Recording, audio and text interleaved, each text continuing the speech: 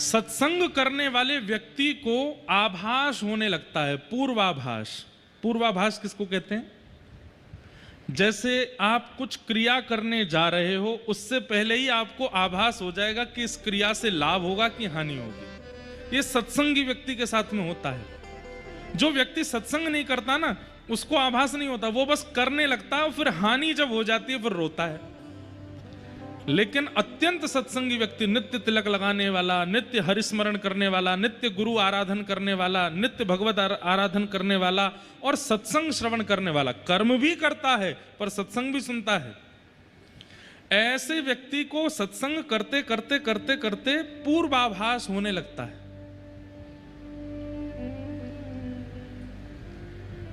आपने अपनी पुत्री के लिए कोई वर ढूंढा, इसका ब्याह इनसे कराएं, तो वर के सामने आते ही और उसके परिवार के सामने आते ही आपको नेगेटिव वाइब्स आने लग जाएंगे।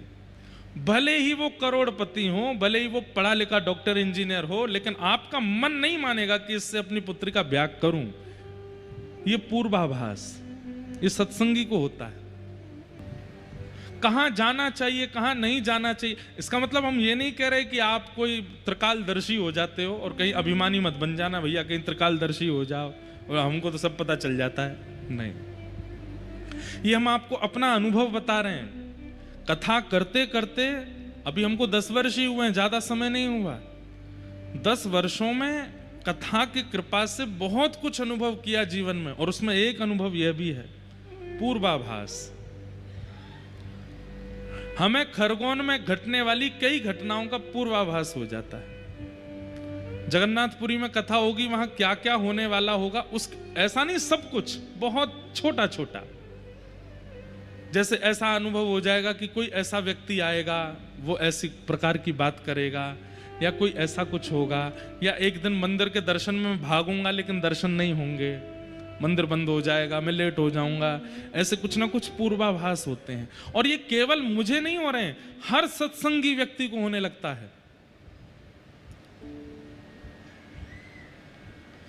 पूर्व आभास और दूसरा पूर्व के किए हुए कृत्यों का प्रायश्चित बोध। मैंने कल क्या किया, परसों क्या किया, तरसों क्या किया, अब वो उसमें से क्या गलत था जो मुझे आगे नहीं करना, उसका बोध, ये भी सत्संग कराता है। गैर सत्संगी व्यक्ति परसों क्या किया भूल और जाता उसको, अच्छा तुमको बुरा लग गया था मेरी बात का, उसको पता ही नहीं रहता। लेकिन सत्संगी व्यक्ति को पता होता है कि मेरी किसी बात से किसी को पीड़ा हुई थी, आगे से मुझे ऐसा नहीं बोलना। सत्संग केवल भगवत प्राप्ति नहीं कराता है, आपका श्रृंगार करता है। वास्तव में मानव जैसा होना चाहिए, उसको मानव बनाता है सत्संग। हमारे शास्त्र आज्ञा करते हैं कि जाढ्यम धियो हरति सिंचति वाचि सत्यम, मानोन्नति दिशतु पापम पाकरोति, लक्ष्मी तनोति वितनोति च दिक्षु कीर्ति, सत्संगति कथय किम न करोति पुंसा। सत्संग सब कुछ देता है, और उसमें सबसे पहला पूर्वाभास। व्यक्ति की शब्दावलियों से, व्यक्ति के नैनों के मटकाहट से, व्यक्ति के उठने बैठने के ढंग से आपको पता चल जाएगा कि ये व्यक्ति संबंध बनाने योग्य है कि नहीं। 3 चीजें होती हैं किसी भी व्यक्ति को। अब एक तो हम अभी बता देते हैं तीनों चीजें, बाकी ये तीनों बतानी नहीं पड़ेंगी। सत्संग करने वाले व्यक्ति को अपने आप आभास होगा। नेत्रम वक्त्रम विकारेण। सबसे पहले किसी भी व्यक्ति से मिलिए, उसके नेत्रों में देखिए। अगर उसके नेत्रों में बहुत चपलता हो, चंचलता हो, 2 मिनट में इधर घूम जाते हैं, फिर इधर घूम जाते हैं, और ऐसे टेढ़ी टेढ़ी नजर करके देखते हैं, सीधे देख सकते हैं लेकिन ऐसे ही देखते हैं। कथा जब होती है तब सोए सोए से हो जाते हैं, और जब पिक्चर चलती है तब आंखें जो हैं वो ऐसे खुल जाती हैं, 440 वोल्टेज हो गया हो। सबसे पहली पहचान व्यक्ति के हृदय की उसके नेत्रों से होती है। वो परिस्थिति में कैसे नेत्र रखता है, बहुत बड़ी पहचान है। कई लोगों को आप शादियों में देखेंगे, शादी ब्याहों में उनके नेत्र वो यही देख रहे होते हैं कितना लेन देन हो रहा है, कितना दिया जा रहा है, कितना लिया जा रहा है, कितना दिया, कितना किया, क्या हुआ, कौन क्या पहन के आया, क्या नहीं पहन के आया, वो इसी में ही है। और ऐसे लोग कथा में भी यही देखते रहते हैं, कथा सामने चल रही पर वो पीछे देख रहे हैं, वो क्या पहन के आया, वो क्या लेके आया, वो क्या करे। नेत्रों की स्थिति आपके हृदय का परिचय कराती है। कई लोग ऐसे बैठे होते हैं कथा में, हमको तो सब दिखते हैं, 3 घंटे वो पलक भी नहीं झपकते, वो ऐसे ही देखते रहते हैं और सुनते रहते हैं। और सबसे बड़ी बात बताएं, जिसका पूरा स्ट्रक्चर सीधा, सिर भी सीधा, गर्दन भी सीधी, अंग भी सीधे, एक आसन में, और जो ऐसे बैठकर पूरी कथा सुन रहा होता है, समझो एक एक शब्द भीतर प्रविष्ट हो रहा है। तो सबसे पहला व्यक्ति का परिचय कराता है उसके नेत्र। नेत्रों में यदि बहुत चपलता है तो इसका मतलब मन एकाग्र नहीं है व्यक्ति का।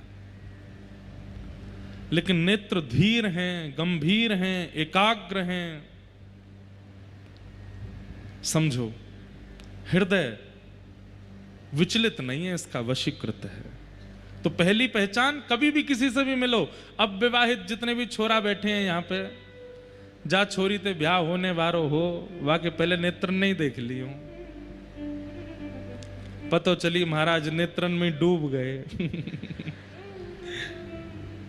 थोड़ा ध्यान पूर्वक जाना, गुरु जी की बात मान के जाना, नेत्रों में देखना।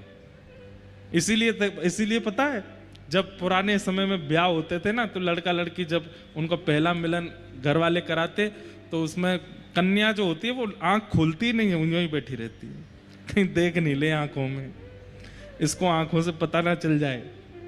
और केवल पुरुष ही क्यों, कन्याएं भी उसके नेत्रों में देख लो। सबसे बड़ी पहचान व्यक्ति के उसके नेत्र होते हैं, उसके नेत्रों की स्थिति क्या है।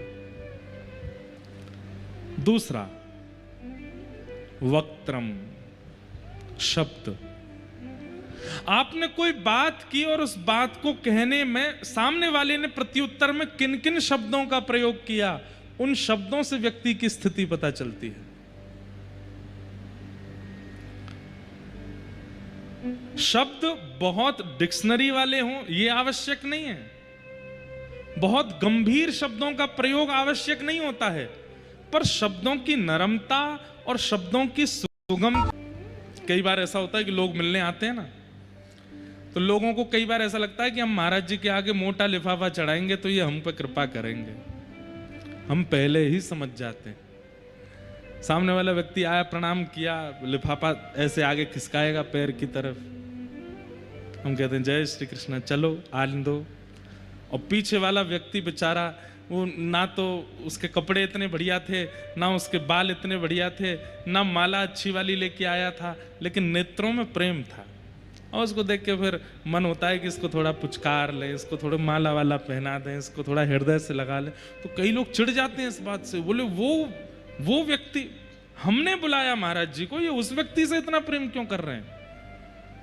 और ये स्थिति पता चल जाती है। और ये मेरे साथ ही नहीं, आपको भी होगा। जब आप सत्संगी बनने लग जाएंगे, आपको भी अनुभव होने लग जाएगा कि कौन उचित कौन अनुचित है। नेत्रम वक्त्रम, वाणी, शब्द बताते हैं कि व्यक्ति कैसा है। और तीसरा, विकारेण, सिर से लेके पैरों के खड़े होने की अवस्था, बैठने की अवस्था, लेटने की अवस्था, खाने की अवस्था, एक एक अवस्था से पता चलता है कि व्यक्ति कैसा है। जैसे कोई व्यक्ति रिलैक्स मोड में जाता है तो कमरे में जाते वो रिलैक्स कैसे करता है, एक पांव तकिया पे धर दिया, एक पांव नीचे लटका है, यूं लेट गए, समझो कि महाविकारी व्यक्ति है। भाई रिलैक्स भी करता है तो सीधा सीधा ये आराम से, तो समझो कि इसका चित्त एकाग्र है।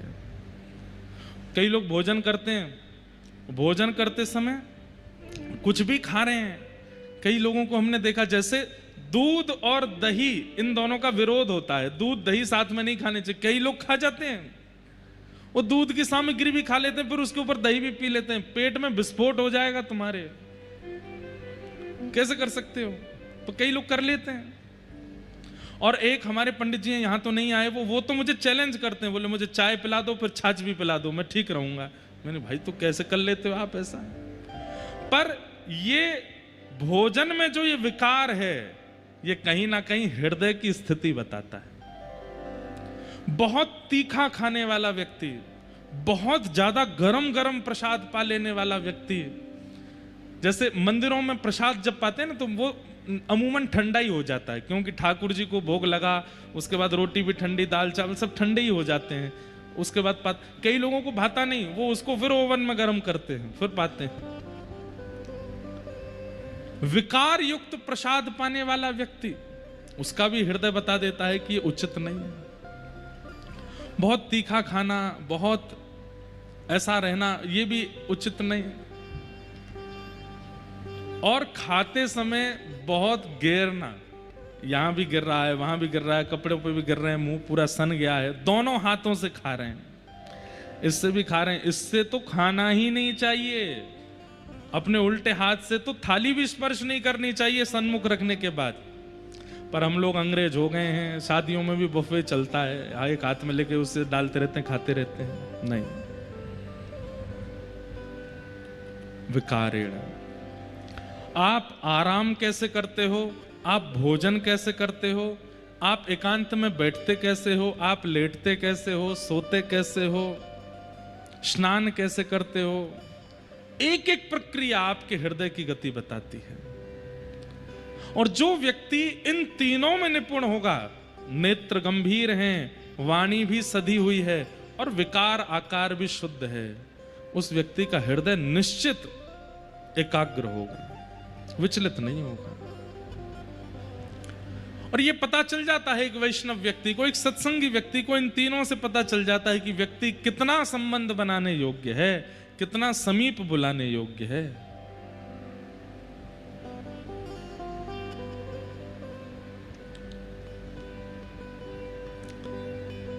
सत्संग पूर्वाभास करा देता है, व्यक्ति का परिचय करा देता है, अनुभव कराने लगता है क्या, कहां, कैसे, क्या घटना घटने